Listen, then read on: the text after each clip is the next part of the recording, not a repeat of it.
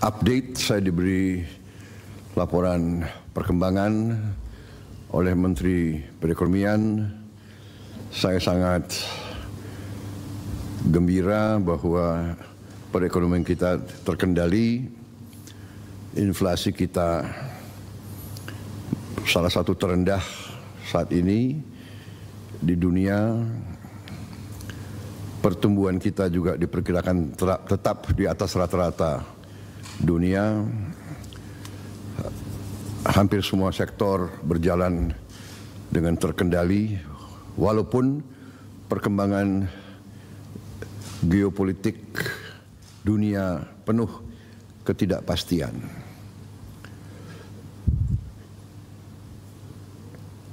Namun ketahanan ekonomi kita cukup tangguh. Masih banyak tantangan, masih banyak kesulitan, tapi kita mampu mengendalikan.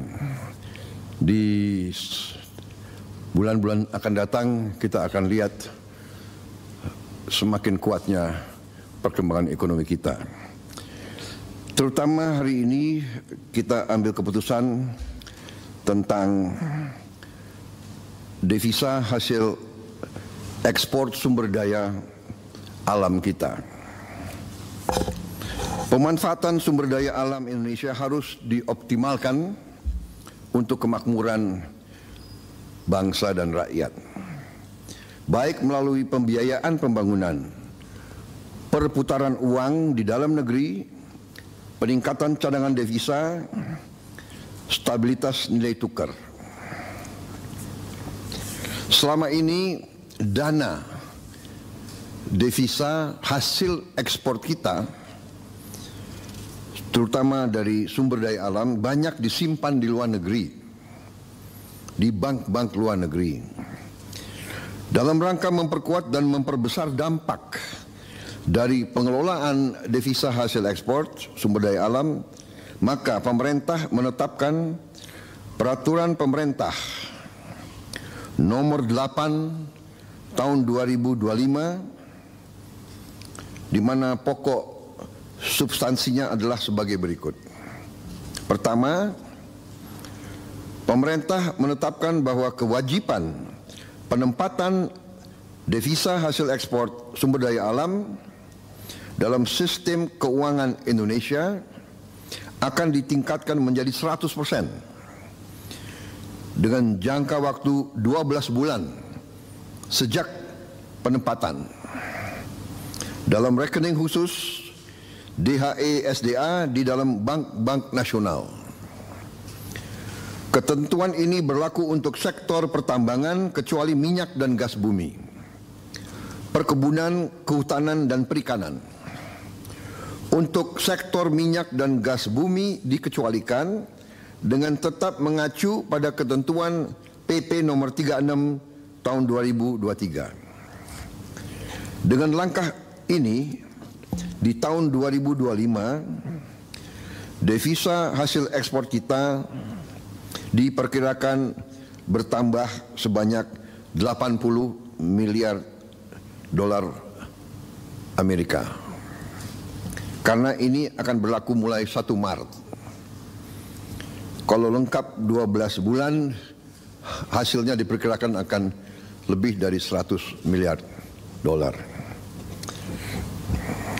Selain itu, pemerintah juga memberi ruang bagi eksportir untuk tetap menjaga keberlangsungan usahanya dengan mengizinkan para eksportir tersebut menggunakan DHE SDA yang ditempatkan dalam rekening khusus untuk penggunaan sebagai berikut. 1. Penukaran ke rupiah di bank yang sama untuk menjalankan kegiatan operasional dan menjaga keberlangsungan usahanya. 2. Pembayaran dalam bentuk valuta asing atas kewajiban pajak, penerimaan negara bukan pajak, dan kewajiban lainnya kepada pemerintah sesuai peraturan perundang-undangan.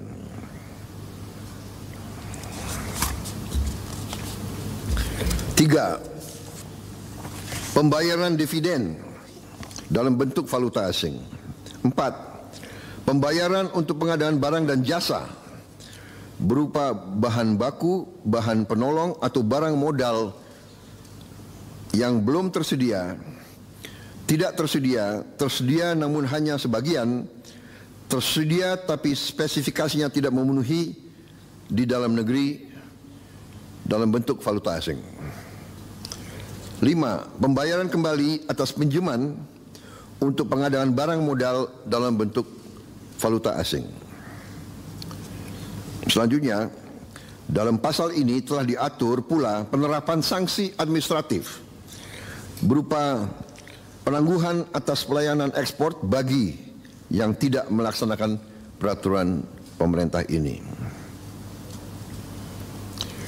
Selanjutnya, pengaturan kewajiban penempatan DHE SDA terhadap komoditas sektor pertambangan minyak dan gas bumi tetap mengacu kepada PP nomor 36 tahun 2023. Ketentuan masa berlaku ditetapkan pada tanggal 1 Maret 2025. Dan selanjutnya, pemerintah akan terus menerapkan kebijakan-kebijakan strategis untuk mendorong pertumbuhan ekonomi kita.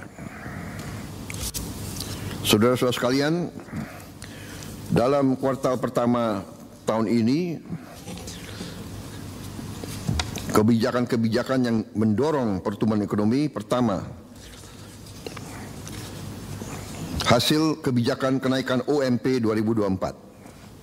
2. Optimalisasi penyaluran bansos di bulan Februari dan Maret 2025. 3. Pencairan THR bagi ASN dan pekerja swasta di bulan Maret 2025. 4. Stimulus pada bulan Ramadan, yaitu A. Diskon harga tiket pesawat, B. Diskon tarif tol, C. Program diskon belanja, D. Program pariwisata mudik lebaran, E. Stabilitas harga pangan. 5. Paket stimulus ekonomi. A. Diskon tarif listrik. B. PPN DTP pembelian properti dan otomotif. C. PPN BM DTP otomotif, electronic vehicle dan hibrida. D. Subsidi pajak DTP motor listrik. E. PPH DTP sektor padat karya. 6. Optimalisasi program makan bergizi gratis. 7. Optimalisasi penyaluran KUR. 8. Panen padi terrealisasi secara optimal, di mana sudah ada laporan bahwa produksi beras kita meningkat secara signifikan. Saudara-saudara, juga kebijakan-kebijakan yang mendorong daya saing untuk transformasi ekonomi kita. Yang pertama tentunya program makan bergizi gratis yang diperkirakan akan meningkatkan pertumbuhan di seluruh daerah-daerah di negara kita, karena uang berputar di desa, di kecamatan, di kabupaten.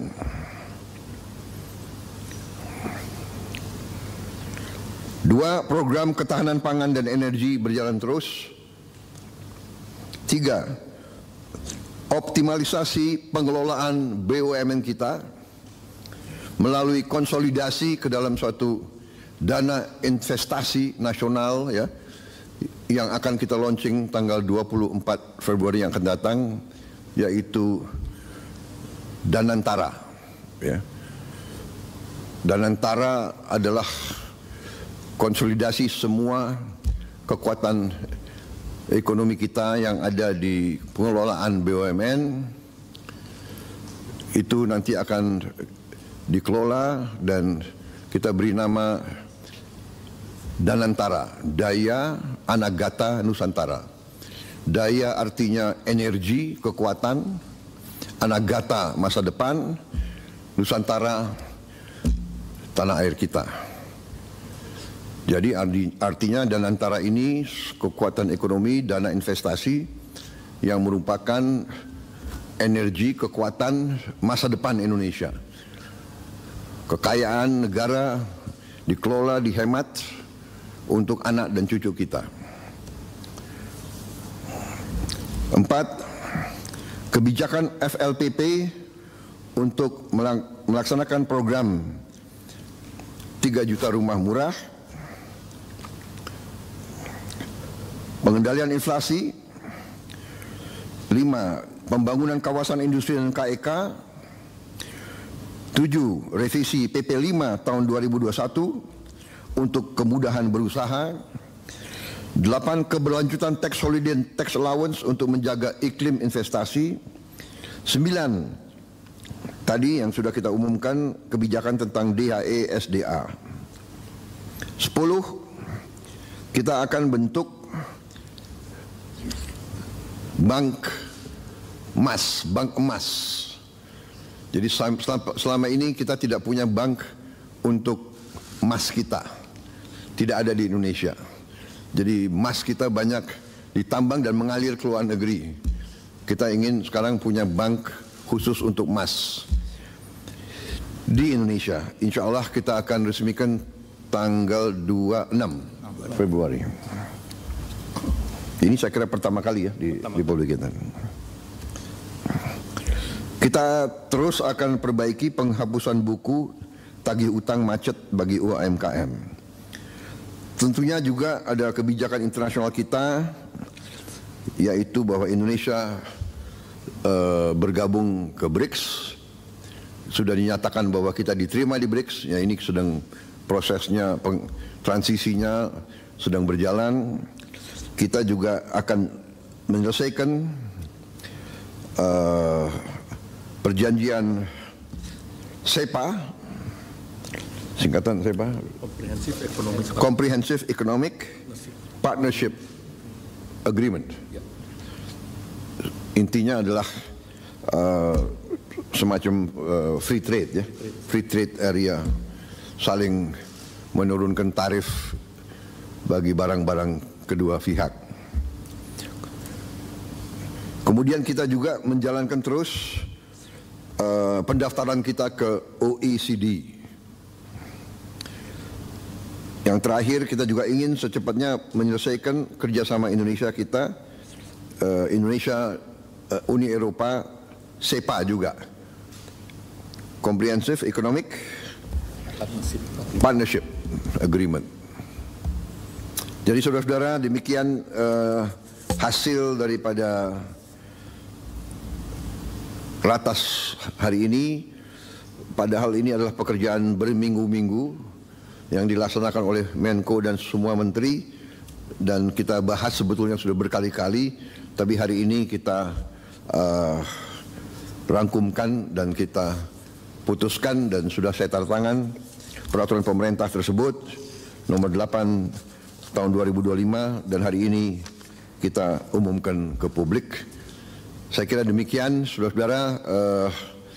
Kita bersyukur kita bisa memberi yang terbaik kepada bangsa dan rakyat. Kesulitan pasti ada, hambatan pasti ada, tantangan pasti ada, tapi dengan kerjasama yang baik di antara semua pihak, dengan niat yang tulus, dengan orientasi kita hanya kepada kepentingan bangsa dan rakyat, dan berpegang teguh kepada Undang-Undang Dasar 1945, insya Allah kita akan mencapai keberhasilan. Kita akan menjadi semakin kuat di bulan-bulan dan tahun-tahun mendatang. Terima kasih. Wassalamualaikum warahmatullahi wabarakatuh. Salam sejahtera bagi kita sekalian. Om Santi Santi Santi Om. Namo Buddhaya.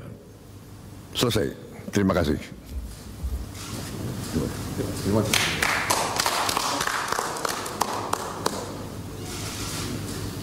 Thank you, sir. Thank you, sir. Terima kasih.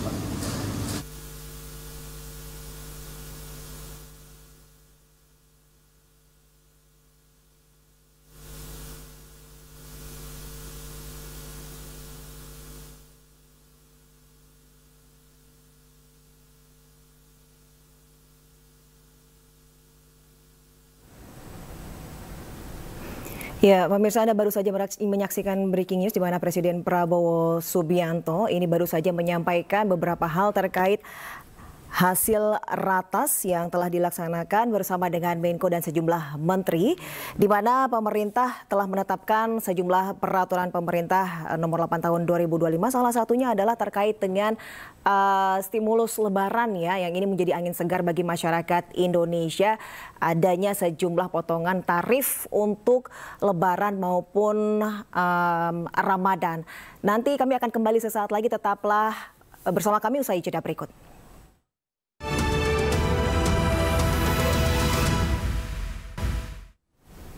Anda kembali di Breaking News, pemirsa. Presiden Prabowo Subianto beserta sejumlah menteri baru saja selesai melaksanakan ratas ataupun rapat terbatas, di mana hasilnya diantaranya adalah terkait dengan kebijakan-kebijakan pemotongan tarif ataupun stimulus lebaran. Dan berikut kita saksikan kembali pernyataan dari Presiden Prabowo Subianto.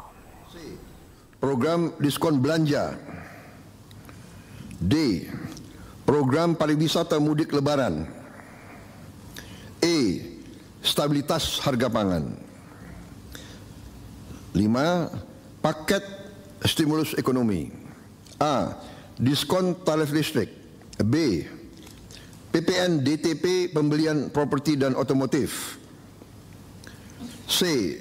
PPN BM DTP otomotif, electronic vehicle dan hibrida. D. Subsidi pajak DTP motor listrik. E. PPH DTP sektor padat karya. 6. Optimalisasi program makan bergizi gratis.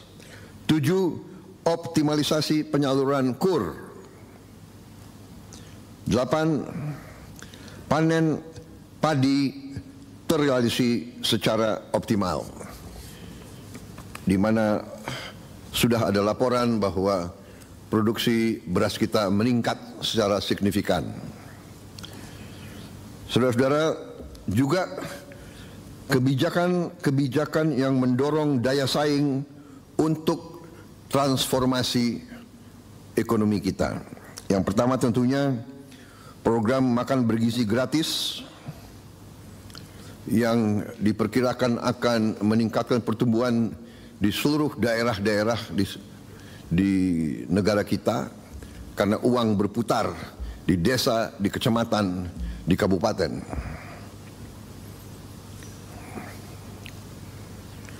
2. Program ketahanan pangan dan energi berjalan terus. 3. Optimalisasi pengelolaan BUMN kita melalui konsolidasi ke dalam suatu dana investasi nasional ya, yang akan kita launching tanggal 24 Februari yang akan datang, yaitu Danantara. Ya, pemirsa, demikian Breaking News. Saya Deswita Mioda, terima kasih. Sampai jumpa.